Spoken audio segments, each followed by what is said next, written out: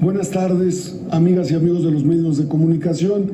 Solamente para informarles que semana a semana, después de la sesión de la Comisión Permanente, la presidencia de la Comisión Permanente dará una rueda de prensa para dar cuenta de los temas que se aborden o para abordar temas de interés de la opinión pública. Hoy quedó instalada la Comisión Permanente, como ustedes saben, y por senadoras, senadores, diputadas, diputados, y iniciaremos los trabajos la próxima semana, miércoles. Estaremos convocando a las 11 de la mañana para iniciar sesión en el Pleno.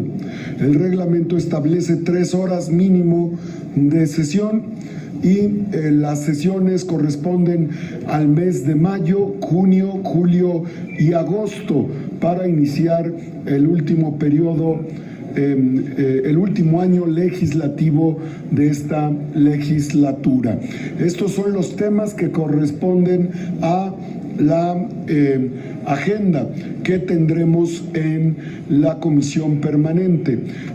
La próxima semana estableceremos un calendario, aprobaremos el reglamento interno de conducción, seguramente habrá algunas observaciones, las someteremos a votación y a partir de la próxima semana, con calendario en mano sobre las sesiones correspondientes a mayo, junio, julio y agosto, estableceremos los criterios cronológicamente hablando para los efectos de integración de las 3 comisiones que corresponden a la Comisión Permanente del Congreso de la Unión. Ese es el comentario que tengo para ustedes, por si hubiera alguna pregunta. Sí, presidente, tenemos preguntas. La primera. Gracias, Sandra. Sin duda fue una sesión muy fructífera para nosotros en la mesa. El tema de las diferencias naturales que se viven en el Congreso, en la Cámara de Senadores, es parte de la práctica legislativa, hay que darle vuelta a la página. Como ustedes observaron, yo llegué a saludar a todas y todos mis compañeros, porque tenemos que construir siempre consensos, y la actitud y la disposición, la prudencia siempre ayuda, la cortesía política ayuda a construir armonía, y esa va a ser la tónica. Vamos a tener un periodo de la Comisión Permanente amplio, y tiene que haber cordura, tiene que haber prudencia, tiene que haber respeto. Seguramente va a haber disensos, seguramente va a haber polarización, seguramente encontraremos posiciones encontradas, porque estamos en un proceso electoral en 2 estados de la República, en Coahuila y en el Estado de México, y eso va a traer materia política electoral a la Comisión Permanente, pero vamos a ser escrupulosos como lo hicimos durante todo este año en la mesa directiva del Senado de la República.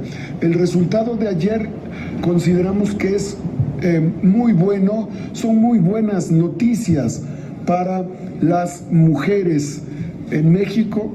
Se aprobó esta reforma 3 de 3, que es un reclamo de las mujeres, de las familias, a favor de los niños. También hay una muy buena noticia para los jóvenes, porque disminuimos la temporalidad, más bien la edad para que puedan tener acceso a pleno a sus derechos de votar y ser votados, y desde luego la participación en la administración pública, que es también una oportunidad para la formación de profesionales en el ejercicio de la función pública. Así es que consideramos nosotros que hay avances importantes. Desde luego, los dictámenes que fueron aprobados tienen un acento dirigido hacia la austeridad, hacia la protección de los jóvenes y hacia la defensa de las mujeres, fundamentalmente. Permítame insistir, presidente. Usted comenta que es algo algo natural, y no, esto fue un espectáculo.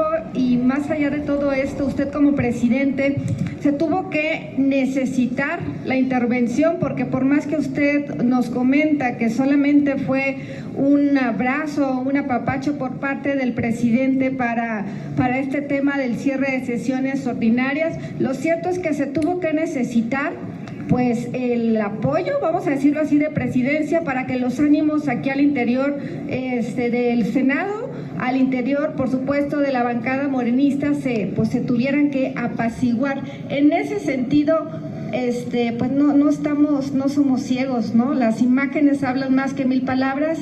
¿Y qué opinión tiene al respecto? Gracias, Sandra. Tú eres una periodista profesional muy joven, que tiene mucha experiencia. Pero en la historia de los congresos ha habido tomas. No sé si recuerdes cuando entraron a caballo o con tractores. No sé si recuerdes cuando se han aprobado reformas constitucionales y ha habido plantones, manifestaciones. Ha habido presidentes de los congresos que han tenido que despachar en las galerías. Ha habido presidentes de las cámaras, tanto de diputados como de senadores, que incluso en la instalación del Congreso de la Unión para tomarle protesta al presidente de la República han tenido que entrar por la puerta trasera. Es decir, no es lo deseable, pero el respeto a la libertad de expresión, cuando se aplica, pues obviamente implica que se den este tipo de situaciones. Yo no veo nada anormal. Como estoy formado, Sandra, en el asambleísmo, a los 19 años quiero decirte que me tocó como primera experiencia, siendo estudiante de la Facultad de Administración Pública de la Benemérita Universidad Autónoma de Puebla, conducir o ser parte de la conducción de una asamblea ejidal, y había problemas en el uso de en la posesión de la tierra, pues estuvieron a punto de linchar a un ejidatario, imagínate. Y me ha tocado estar presente a lo largo de 34 años de mi vida en procesos donde los comités de agua potable, a la hora de hacer cuentas y ver que hay desfalcos, pues la turba, en ocasiones perdidos en la racionalidad, buscan hacer justicia por propia mano. Entonces, no es lo normal, pero sé cómo se conduce la masa, cómo se da la conducta de masas y cómo debemos evitar el proceso que nos lleve a la generación de violencia. ¿Qué hicimos? Evitamos. Creo que la conducta fue correcta. Los senadores, senadoras que desearon mantenerse en el recinto del Pleno lo tuvieron. Las personas que quisieron estar en tribuna, aunque no eran parte de la asamblea, porque traían un tema de mujeres, cosa que fue aprobada por la mayoría de los grupos parlamentarios en Jicotenca, se les respetó, no se desalojó, se pudo haber desalojado. La ley y el reglamento permite el desalojo de quien es ajeno al recinto legislativo, pero en alguien debe de caber la prudencia. Cuando no hay prudencia, cuando no existe el cuidado, se da la confrontación mayor. Yo les puedo asegurar que de mi parte va a haber siempre, en la conducción de todas las sesiones, va a haber absoluta prudencia. Cuando exista un acaloramiento mayor, cuando exista una pérdida de liderazgo emocional. ¿Qué es el liderazgo emocional? La capacidad de control, de autocontrol. Cuando se pierde la capacidad de autocontrol, se cometen exabruptos que pueden llevar a la violencia. Cuando eso sucede, o cuando eso suceda, que puede darse en cualquier asamblea, bueno, pues lo que haremos es declarar un receso para procurar que la racionalidad intelectual permita a los legisladores conducirse con apego al reglamento. Mi última pregunta, presidente. ¿Sí o no se chamaqueó a la oposición precisamente antes de cerrar las sesiones ordinarias con el tema del INAI? Tu pregunta, que es muy valiosa y muy importante, casi es como una pregunta si fuera una biometría hemática, ¿no? Que requiere una precisión científica. Yo no te la puedo contestar. ¿No? No te la puedo contestar. Ok, gracias. Porque no me corresponde a mí contestártela, porque yo soy el árbitro. Gracias. Soy el órgano de gobierno. Carlos Guzmán, de CMX Noticias. Senador, buen día, o como dirían por ahí, se ratificó, más bien dicho, el que los jóvenes puedan tener acceso a cargos de elección popular en el caso de diputados. Es preguntarle, en este caso, el pro y contra. Creo que usted es el ejemplo del pro, en alguna medida de encabezar una asamblea ejidal, pero que también refleja justamente lo que los jóvenes buscan de acceder al poder a temprana edad. Muchas gracias. Muy buenas preguntas, Carlos. Yo primero le diría a la audiencia, a los medios, que en el Senado estamos combatiendo la exclusión. En el Senado se busca, se privilegia darle oportunidades a todas las minorías, a todas. Un joven de 18 años no puede ser excluido, porque si a los 18 años estás en ejercicio pleno de tus derechos, o sea, eres sujeto de derechos y de obligaciones. Si cometes una falta puede ser sancionado, si cometes un ilícito puede ser penalizado, puede ser encarcelado. ¿Por qué no puede ejercer sus derechos plenos? Claro, los procesos que tienen los propios partidos, son los partidos los que tienen que buscar un método de selección a esos candidatos para que puedan ser posibles candidatos o precandidatos a un cargo de elección popular. Pero en ese sentido la exclusión creo que no es correcta. Yo estaba haciendo asambleas a los 19 años, asambleas ejidales, claro, asambleas comunales, en asambleas de padres de familia, en comunidades indígenas, en comunidades. Esta es una labor que hacen los jóvenes cuando están en el servicio social.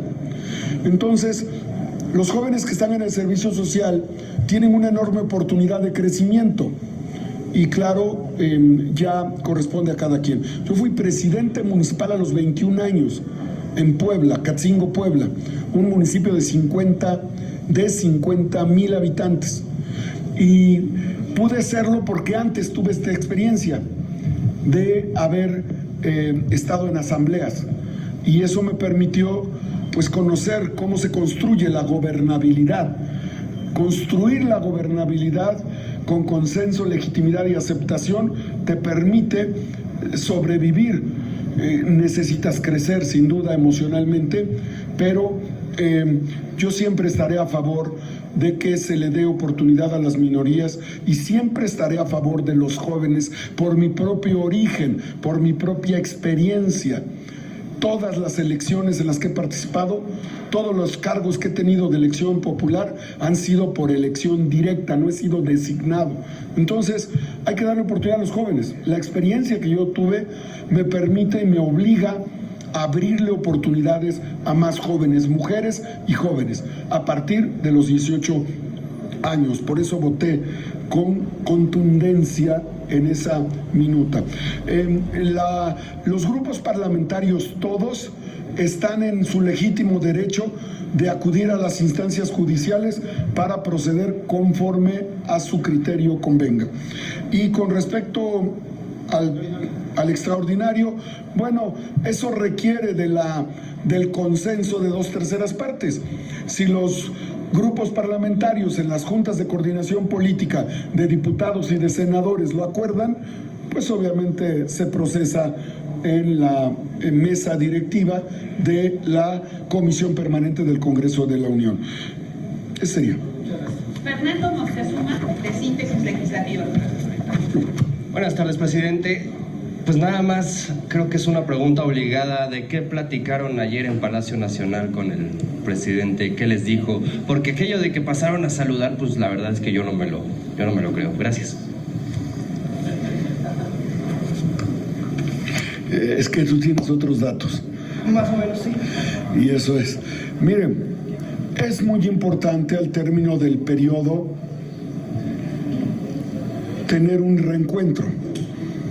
Y yo le agradezco al presidente Andrés Manuel López Obrador que nos haya convocado en el marco del cierre del periodo ordinario. Y sin duda, como lo hacemos en todos los encuentros, él nos comenta, nos expone los proyectos, cómo van concluyendo, esos proyectos que definen a la Cuarta Transformación, que nos definen a nosotros y que tienen que ver con la soberanía energética y que tienen que ver con la recuperación del país para las y los mexicanos, que tienen que ver con la austeridad republicana, que tienen que ver con la separación del poder económico global internacional del poder político para que éste le sirva a todos. Y de toda esta transformación que cuando se dio la independencia, la reforma y la revolución, se generaron marcos normativos resultado de esas gestas históricas. En esta Cuarta Transformación, que también es una gesta histórica del 2018, lo que hemos reformado, diputados, diputadas, senadoras, senadores, que tiene el mismo impacto legislativo con respecto a lo que ha sucedido en las otras tres transformaciones. Esa fue la explicación que nos dio el presidente.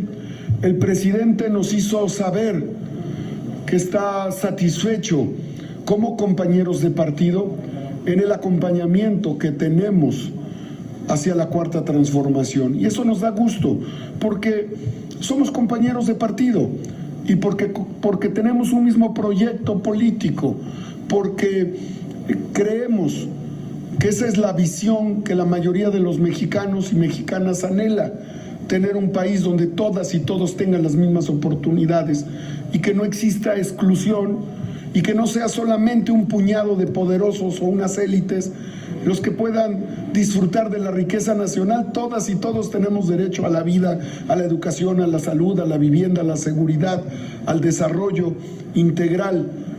Y en esa lógica fue la charla, nos describió. Y bueno, políticamente, la presencia de la jefa de gobierno, Claudia Sheinbaum, con quien hemos tenido comunicación permanente por el trabajo legislativo que hacemos y la vinculación con la Ciudad de México, en sede de los poderes, del poder legislativo federal. La relación directa, estrecha, igual que con la jefa de gobierno que tenemos con el secretario de Gobernación, porque es el enlace del presidente de la República con el Senado, donde hemos revisado agenda, hemos trabajado de manera abierta, clara, transparente, en una vinculación institucional, y que en esa misma lógica la relación que hay con el canciller, que es sin duda un extraordinario secretario que le ha dado voz fuerte a nuestro país frente a todas las naciones y ha llevado la política exterior del presidente de la República con respecto a la soberanía nacional de las naciones. Son tres personajes que para nosotros en el Senado son fundamentales en la vida pública y en el quehacer que tenemos legislativo en el Senado. Y claro, la presencia del senador Ricardo Monreal, que a nosotros nos dio gusto, porque esa debe de ser el mensaje que debemos de dar interno y externo. El que el senador Monreal esté en un encuentro con el presidente de la República, con la jefa de gobierno, con el canciller, con el secretario de Gobernación, nos habla de un momento fundamental interno en la unidad en Morena y un momento extraordinario de vinculación y de coordinación entre el Poder Ejecutivo y el Poder Legislativo, en este caso, Senado de la República. Así es que claro que hay implicaciones políticas, claro que hay implicaciones de orden jurídico legislativo a favor de la unidad, Y yo lo celebro. Así queremos vernos unidos en Morena, así queremos vernos integrados en Morena, y el presidente nos pone el ejemplo de unidad que tenemos que seguir propiciando. Así es que fue un encuentro extraordinario. Si me lo permite, senador, por último de mi parte, la Secretaría de Gobernación publicó un tuit que después borró y quiero conocer su opinión, pero me permito leerlo.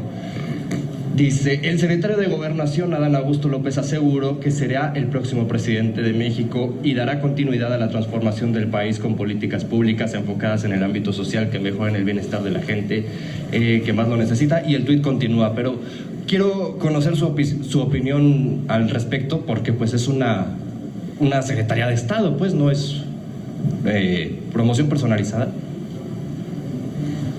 No le veo materia. No le veo materia porque no está. Lo borraron, ¿no? No, sí, pero pues el tuit fue publicado. No le veo materia. O sea, no está. Es algo que no existe. Presidente, tengo registradas las preguntas Sí. de 2 periodistas más. Toca el turno a Karina Palacios, del canal del Congreso. Karina. Hola, senador. Preguntarle e insistirle en el tema del periodo extraordinario. En caso de que este se llevara a cabo, ¿se estaría contemplando a lo mejor los nombramientos del INAI? Ayer, pues, el INAI manifestaba su preocupación por la falta de acuerdos en este tema. Sí, Karina, seguramente cualquier posibilidad, así lo subrayo, posibilidad de ello que tú comentas, tiene que ser el resultado de la conciliación entre las 2 juntas de coordinación política, de diputados y de senadores. ¿Por qué? Porque nosotros en la mesa no podemos procesar algo así, porque no se requieren 2/3 partes. Y donde se hace la conciliación de un acuerdo de esta magnitud es en las juntas de coordinación política. ¿Qué ha sucedido en el pasado? En el pasado reciente y en el pasado no reciente y en el pasado muy pasado. Cuando hay un tema de interés del Ejecutivo Federal, lo procesan a través de las juntas de coordinación política, lo acuerdan y entonces lo envían a la mesa. Así ha sido en la historia. Puede ser, sí, puede no ser también. Como dijera el filósofo de Güemes. Finalmente, presidente, le pregunta Georgina Saldierna, de La Jornada. Georgina. Gina. Sí, senador.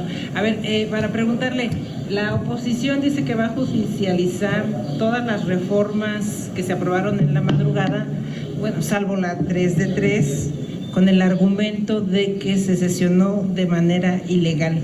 Mi pregunta es si están firmes estas reformas o qué futuro le ve usted. La sesión de ayer es absolutamente legal y es absolutamente legítima, porque hicimos los procedimientos de manera escrupulosa. Nos instalamos en mesa directiva. La mesa directiva estableció un acuerdo por mayoría donde se define el recinto. En caso de no haber condiciones, dice el reglamento y la ley, para sesionar, las y los senadores podrán sesionar en cualquier edificio del Senado, instalaciones, o no, puede ser en la calle, si se declara recinto oficial.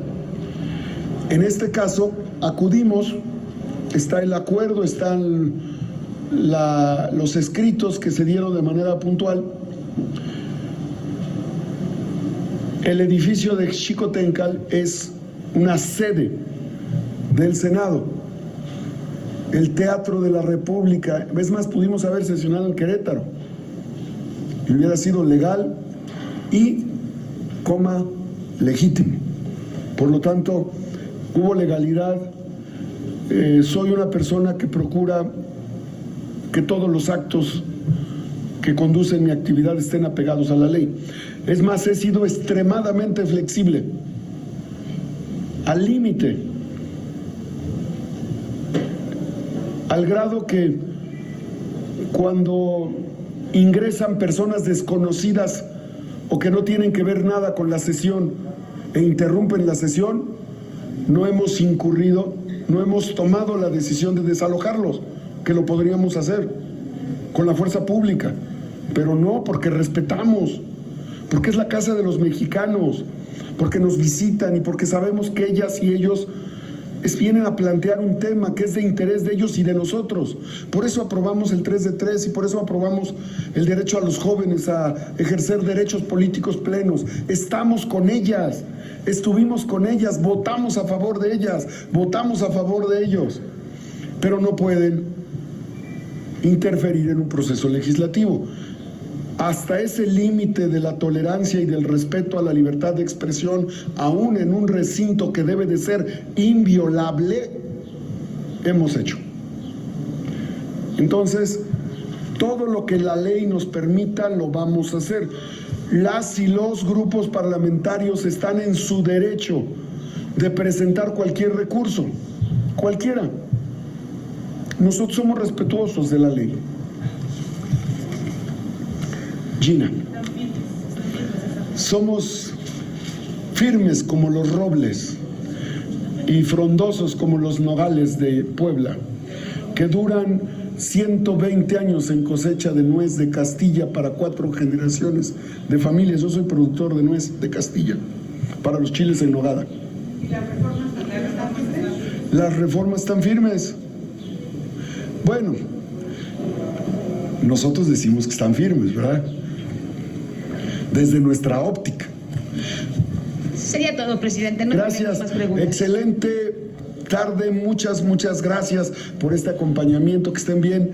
Gracias a Abelardo y a todo su equipo por la gentileza, la atención. De verdad, Abelardo, muchas gracias.